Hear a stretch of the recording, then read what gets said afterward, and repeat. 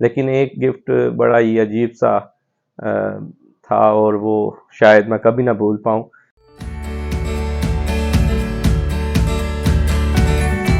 Medical میں جہاں بہت سے مسائل ہوتے ہیں، جہاں لڑائی جھگڑے فساد مار دھلائی اور پتہ نہیں کیا کیا، اور اسپتالوں کی جو صورتحال ہوتی ہے ان سے تو سبھی واقف ہیں، لیکن بارہا میں نے اپنی ویڈیوز میں ذکر کیا ہے کہ میٹھے بول میں جادو ہے۔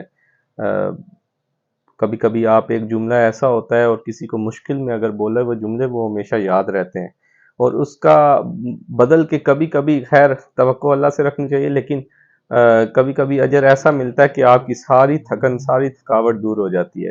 اور اکثر ایسے ہوتا ہے کہ خاص طور پہ سرکار کے اندر، اسپتالوں کے اندر جو غریب مریض ہوتے ہیں یا دور دراز علاقوں سے آئے ہوتے ہیں، ان کو اگر کوئی بات کلک کر جائے، خاص طور پہ اگر ان کی اپنی لینگویج میں ہم بات کریں یا ان کو سمجھا پائیں، ان کی اپنی روزمرہ کی زندگی میں سے کوئی اگر مثال دے پائیں اور وہ سمجھ جائیں، تو اس کو بڑا ریگارڈ کرتے ہیں۔ کئی دفعہ میری کیونکہ نیورو سرجری میں ایک 5 سال میں نے گزارے ہیں، تو اس میں بہت سے گفٹ بھی مجھے ملے، جو اب میں وہ 5 سال پورے ہونے پہ تو مجھے خوشی ہوتی ہے کہ میں ان کی تصویریں تھیں تو میں شیئر بھی کروں، اور ایک یادگار گفٹ ہے جو میں کبھی نہیں بھول سکتا، اور اس کو بھی میں ضرور ذکر کروں گا۔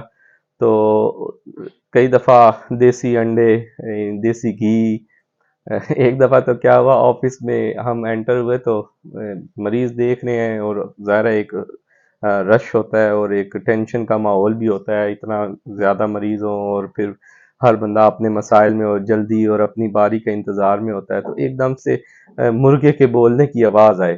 ہم بڑے حیران ہوئے کہ یہ کس طرح کی آواز ہے۔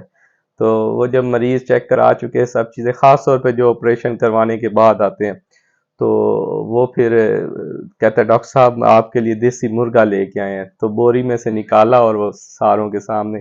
وہ بڑا عجیب سا ایک مومنٹ ہوتا ہے کہ جب اس طرح کا گفٹ ہو، نہ ہاں کر سکتے نہ کر سکتے، ہاں کریں گے تو رکھیں گے کہاں، اور نہ کریں تو برا لگتا ہے۔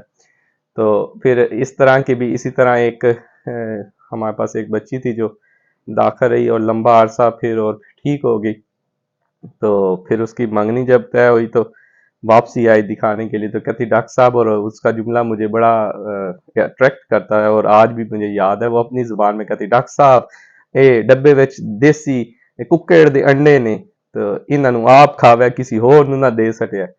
تو وہ جس طرح کا اپنی زبان میں اور جس احترام کے ساتھ تھا، اور وہ واقعہ نہیں، یعنی وہ ایک ڈبہ تھا، اس کے اندر باقاعدہ وہ گھاس پھوس یا پرالی رکھی ہوئی تھی اور پھر انڈے جوڑے ہوئے تھے اور اس کو پیک کیا ہوا تھا، اور اس کے بعد جائے نماز اور یہ ساری چیزیں، تو وہ بڑا ایک یادگار گفٹ ہے۔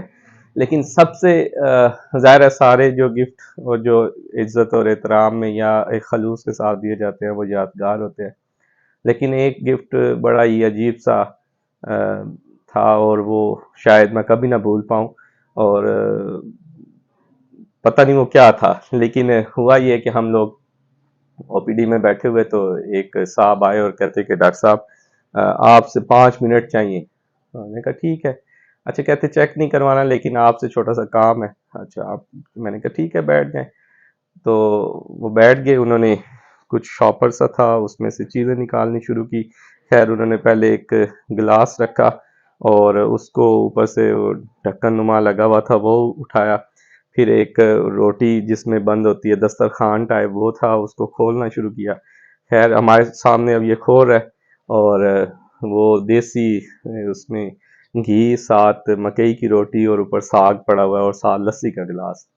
تو کہتے ہیں ڈاکٹر صاحب بسم اللہ کرے کھائیں۔ تو ایک دم سے حیران ہوئے کہ یہ کیا سین ہے۔ تو میں نے کہا کیوں، یہ کس خوشی میں ہے پہلے بتاؤ تو صحیح۔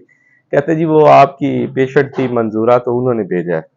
تو میں نے کہا چلیں یہ تو بڑی اچھی بات ہے، اور انہوں نے اتنے پیار خلوص سے بھیجا ہے، تو خود کیوں نہیں آئی، کیسی ہیں وہ؟ کہتی وہ تو 2 دن ہو گئے فوت ہو گئی۔